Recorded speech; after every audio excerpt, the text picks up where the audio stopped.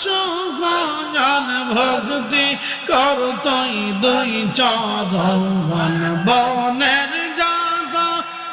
সুখজন ভক্তি কর তুই দুই চরণ মালা সায়াদি তোরা আই গো নবী কোন সাধনে পাইব তোমার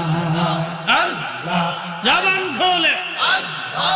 আল্লাহ আল্লাহ আল্লাহ আল্লাহ আল্লাহ আল্লাহ আল্লাহ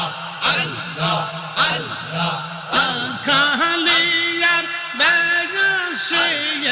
মা খাদিজার দয়াশে রাখা